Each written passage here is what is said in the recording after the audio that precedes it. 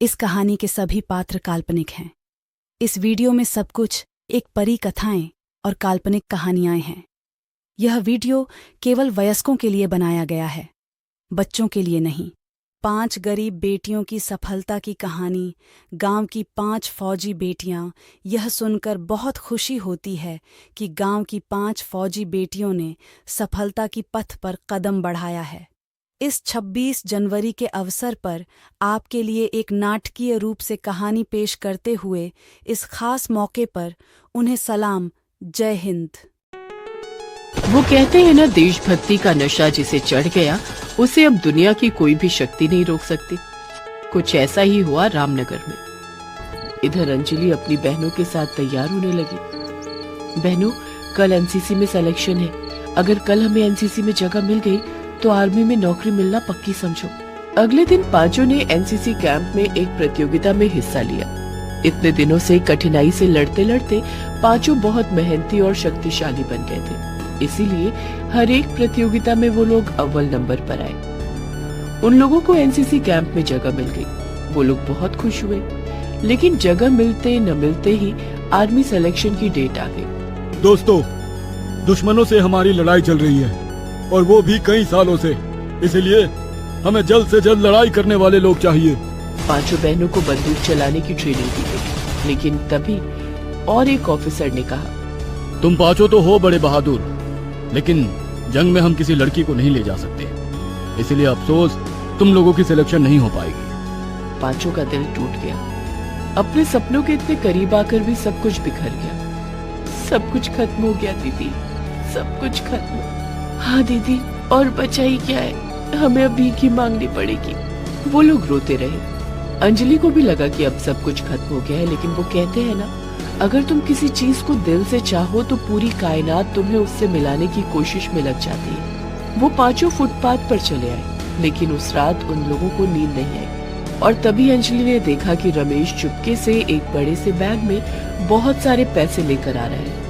अंजलि ने उसका पीछा किया और देखा कि रमेश बिरजू पहलवान को सारा पैसा दे रहा है। ये लीजिए पिताजी, इस महीने का पैसा, पूरे 10 लाख रुपए। वाह बेटा, ऐसे ही बंधु के दुश्मन को बेचकर पैसे कमाते रहे।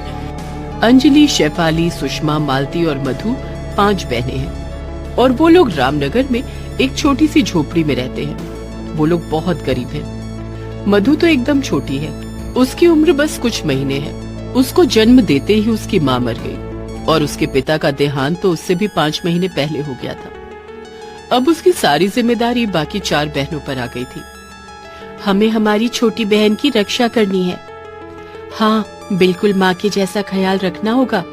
तभी मधु भूख से रो उठी, लेकिन दूध खरीदने का पैसा नहीं था। इसीलिए अंजलि दुकान से दूध उधार मांगने गई, लेकिन दुकानदार ने कहा, जा भाग यहाँ से, भिखारी कहीं की कहीं से भी आ जाते हैं। अंजलि दूध के लिए दर दर भटकती रही और अंत में उसे एक गाय दिखी। उसने हाथ जोड़कर कहा, हे गौ माता, मेरी बहन को पिलाने के लिए दूध चाहिए, आपसे ले लूं? गाय ने अपना सिर हिलाया। अंजलि ने दूध निकाला और मधु को जाकर पिला दिया। मधु ने रोना बंद किया। ऐसे ही मधु बड़ी होने लगी। बचपन से ही 5 बहनें लोगों के दुख दर्द में उनके साथ खड़े रहते। उनके माता पिता ने उन्हें यही सिखाया है। मधु रोते हुए कहती है, मैंने तो माँ और बापू को नहीं देखा। वो दोनों कैसे थे दीदी? वो दोनों बहुत अच्छे थे बहन। अगर वो आज होते तो तुझे सबसे ज्यादा प्यार करते। ये सुनकर मधु और ज्यादा रोती है। 5 बहनें रोने धोने के बाद अपने आप संभल जाती हैं। सिर्फ रो धोकर कुछ नहीं होगा, हमें मजबूत रहना पड़ेगा। ऐसे ही 5 बहनें बड़ी होने लगती हैं। एक दिन उन लोगों को खबर मिलती है कि गांव के बिरजू पहलवान का बेटा रमेश को आर्मी में नौकरी मिल गई है। ये सुनकर अंजलि और बाकी चारों को भी आर्मी में जाने का चस्का लग जाता है। हमें भी आर्मी में जाना है और देश की सेवा करनी है। हाँ बहन, उसके लिए हमें बहुत मेहनत करनी होगी। लेकिन अभी 2 वक्त के खाने के लिए वो लोग गांव के एक अमीर आदमी के घर पर कामवाली का काम करते हैं। उसके बदले 5 को 2 वक्त का खाना मिलता है। ऐसे ही उन लोगों के दिन बीतते हैं। एक दिन अंजलि बिरजू पहलवान के पास जाकर कहती है, पहलवान, आप हम 5 को भी ट्रेनिंग दे सकते हो क्या? हमें भी आर्मी में जाना है। ये सुनकर बिरजू पहलवान हंसने लगता है। लड़की होकर पहलवानी सीखना चाहते हो तुम लोग, हैं?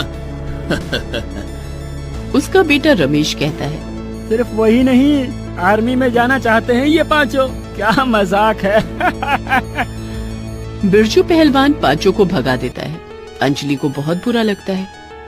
बहनों, हम हार नहीं मान सकते, हमें एक साथ काम करना होगा।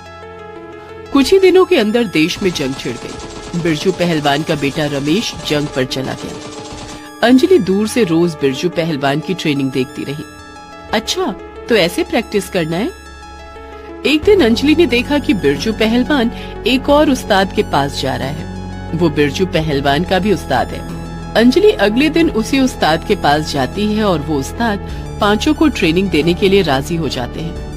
मैं ट्रेनिंग दूंगा, लेकिन उसके बदले मुझे महीने में 5,000 रुपए चाहिए। अंजलि चिंता में पड़ गई। वो जिस आदमी के घर पर काम करती थी, वहाँ जाकर उसने पैसे मांग लिए।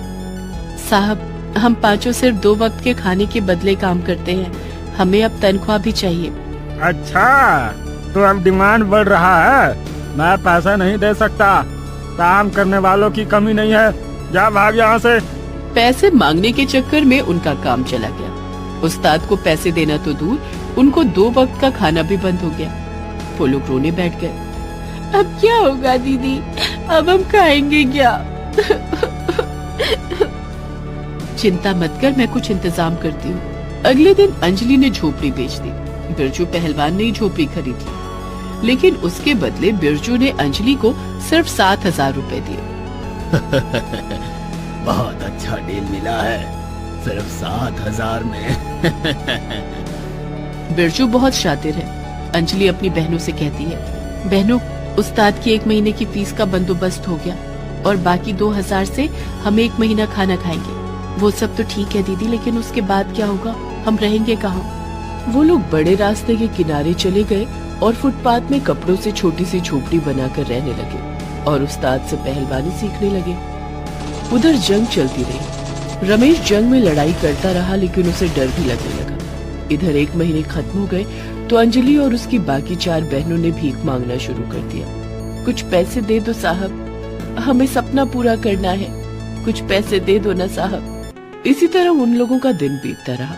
हर सुबह उन लोगों के पास एक गाय आती और अंजलि उसे हर रोज केले के छिलके और रोटी खिलाती रही। इस तरह कुछ साल बीत गए। वो पांचों जवान हो गए, लेकिन बॉर्डर में जंग अभी तक चल रही है। अब रमेश को गुस्सा आने लगा। वो कुछ दिनों की छुट्टी लेकर घर आया तो बिरजू पहलवान ने उससे कहा, बेटे, केवल तनख्वाह से क्या ही हो रहा है, अपनी जान की बाजी लगाकर लड़ाई लड़ना पड़ रहा है। हाँ पिताजी, मैं भी वही सोच रहा हूँ। मैं नौकरी छोड़ देता हूँ। नहीं रे पागल, तो अपने कैंप से बंदूकें और बाकी चीजें उठाकर दुश्मनों को बेचना शुरू कर, उसमें तुझे बहुत पैसे मिलेंगे। ये बात रमेश को अच्छी लगी। वो जंग में लौट गया और रात को चुपके से बंदूकें चुरा कर दुश्मनों को बेचने लगा। अरे रमेश भाई, तुम तो बहुत अच्छा काम कर रहे हो, ये लो पैसे। पैसे देखकर रमेश की नीयत और खराब हो गई। वो और ज्यादा हथियार बेचना शुरू कर दिया। से एक बड़े से बैग में बहुत सारे पैसे लेकर आ रहा है। अंजलि ने उसका पीछा किया और देखा कि रमेश बिरजू पहलवान को सारा पैसा दे रहा है। ये लीजिए पिताजी, इस महीने का पैसा, पूरे 10 लाख रुपए। वाह बेटा, ऐसे ही बंदूकें दुश्मन को बेचकर पैसे कमाते रहे। अंजलि को सब कुछ समझ में आ गया।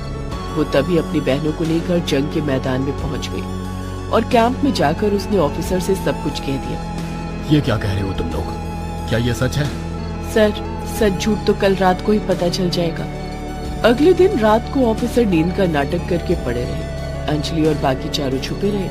उन लोगों ने देखा कि रमेश ने कैंप में घुसकर बंदूकें ली और दुश्मनों के अड्डे की ओर चला गया। तभी अंजलि और ऑफिसर ने उसका पीछा किया और उसे रंगे हाथों पकड़ लिया। चोर कहीं के, जवान होकर कैंप से चोरी करता है। गलती हो गई सर, मुझे छोड़ दीजिए। वो लोग दुश्मन कैंप के करीब ही थे। तभी दुश्मनों ने ऑफिसर पर हमला कर दिया, लेकिन तभी अंजलि और 4 बहनों ने मिलकर दुश्मनों की खूब पिटाई की और ऑफिसर की जान बच गई। रमेश को अरेस्ट किया गया। गांव से बिरजू पहलवान को भी अरेस्ट किया गया। 5 बहनों पर ऑफिसर संतुष्ट हुए। तुम लोगों ने आज बहुत अच्छा काम किया। तुम लोग लड़कों से कम नहीं हो। इसीलिए आज तुम लोगों को आर्मी में नौकरी दी जाती है। पांचों का सपना पूरा हुआ और इसके बाद सभी ने मिलकर दुश्मनों को भगा दिया और इसके बाद सभी खुशी खुशी रहने लगे। ऐसी जानकारी के लिए हमारे चैनल को लाइक करें, शेयर करें, सब्सक्राइब करें और ऐसी आशा करते हैं कि आप ऐसे ही हंसते मुस्कुराते और यूं ही खुश रहे। आपका धन्यवाद।